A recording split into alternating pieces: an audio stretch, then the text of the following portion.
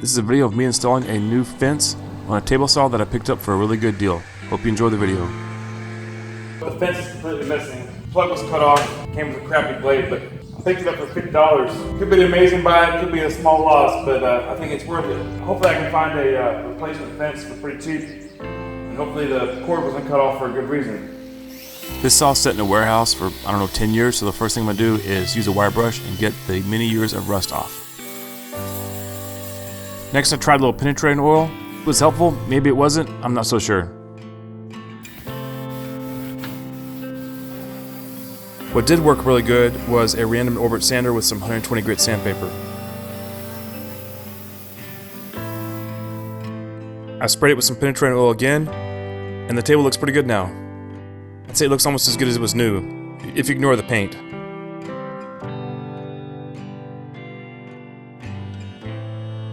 If you're cool, you'll subscribe.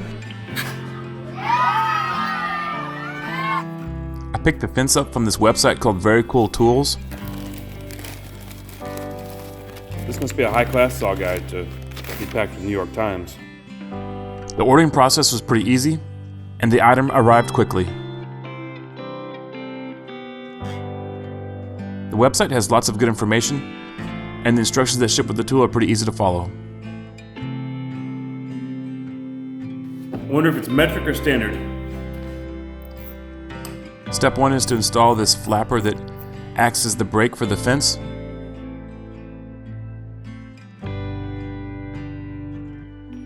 Then you install a handle that has an eccentric cam. This pushes the pad against the fence, locking it in place.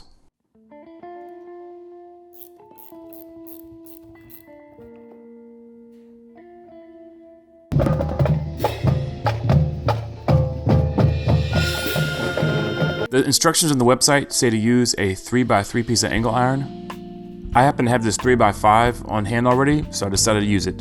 I'm measuring the distance from the side of the table to the saw blade. I added 50 inches to that 22 1/4 I just measured, because I want 50 inches of usable space on the right hand side of my blade. Instructions say to add 5 inches on the left and 7 inches on the right, so the tubing for my fence needs to be 84 1/4 inches long. I also had some 2x3 tubing laying around. The tubing is a little bit rusty from being left outside for a couple years, but it'll be just fine. The channel iron is shorter, it's 72 1/4 inches because it does not require overhang on both sides. To counteract the old metal that I'm using, I'm applying a phosphoric acid solution, which neutralizes the rust. Now that the cutting and initial prep work is done, it's time to start drilling some holes.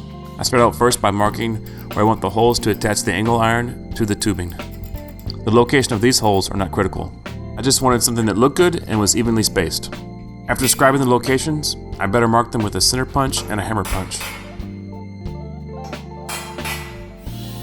I'm going to attach the two pieces together with 5/16 bolts. I'm drilling 3/8 inch holes. Then I chamfer the hole to give it more of a professional look.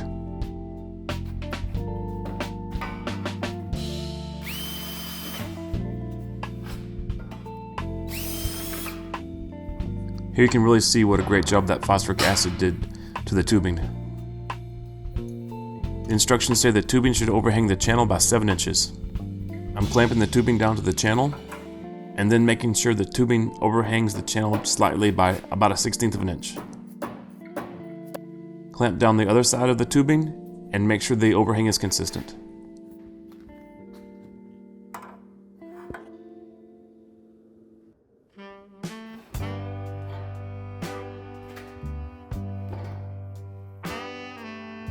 And now I'm using a transfer punch to transfer the location of the holes from the angle iron to the tubing. You can get a set pretty cheap from Harbor Freight, and they seem to always come in handy. Here's the mark that the transfer punch left.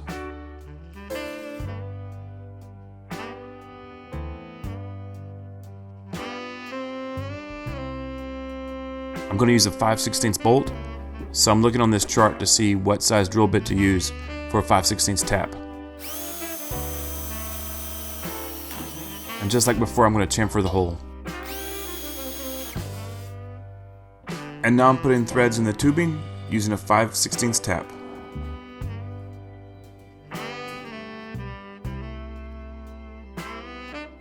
A little oil on the tap makes things a little bit easier.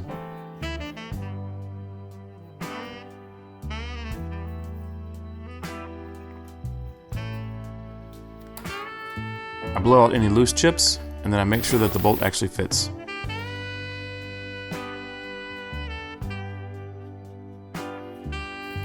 And since I'm going to paint this, I want to clean off any oil residue. Here I'm showing how well the transfer punch worked and marking the hole locations.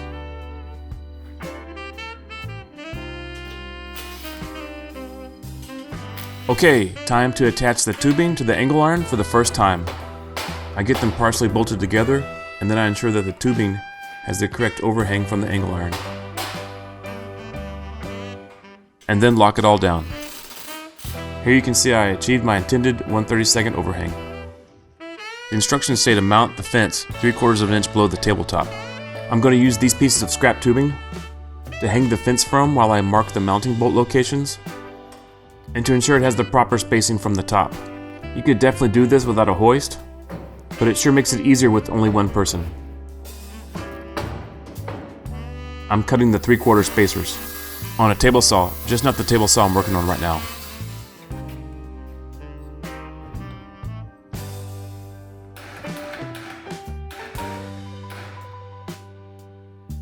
Once the fence is spaced correctly from the top of the table, I clamp it down.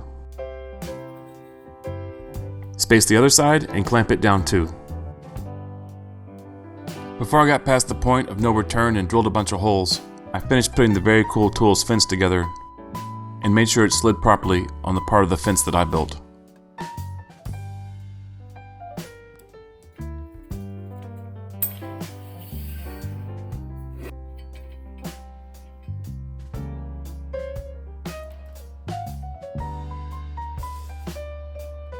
And it all seemed to work pretty good, so it's time to proceed. So I broke out the transfer punches, found the one that fit in the hole in the table saw, and marked where the mounting bolt locations will be. It was kind of challenging to get a hammer in there, but I made it work.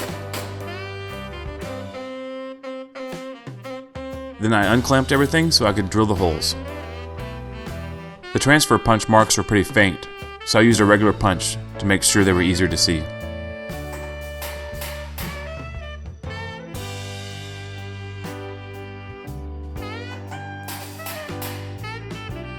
I think the mounting bolts were 1/2 inch, so these are probably 9/16 holes, but I really can't remember.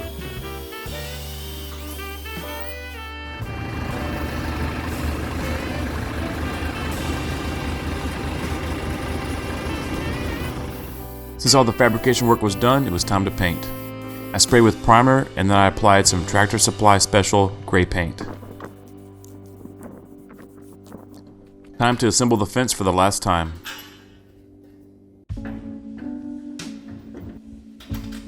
I loosely bolted the angle iron to the tabletop.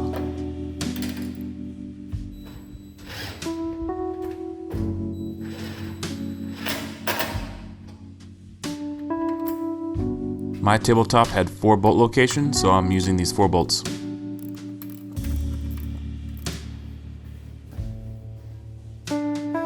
Then I attached the tubing to the angle iron, hopefully for the last time.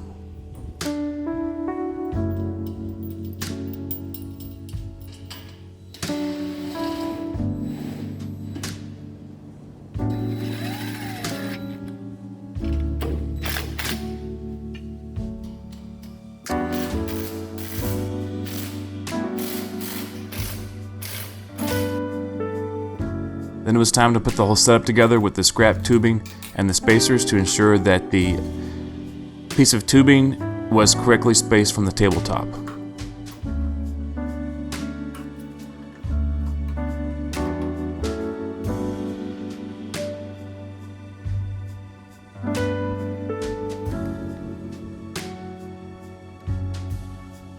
After everything was spaced correctly, it was time to lock it down for good.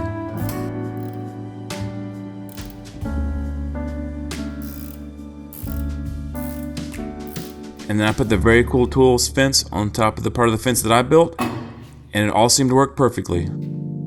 Totally not sponsored, but I would highly recommend this very cool tools fence.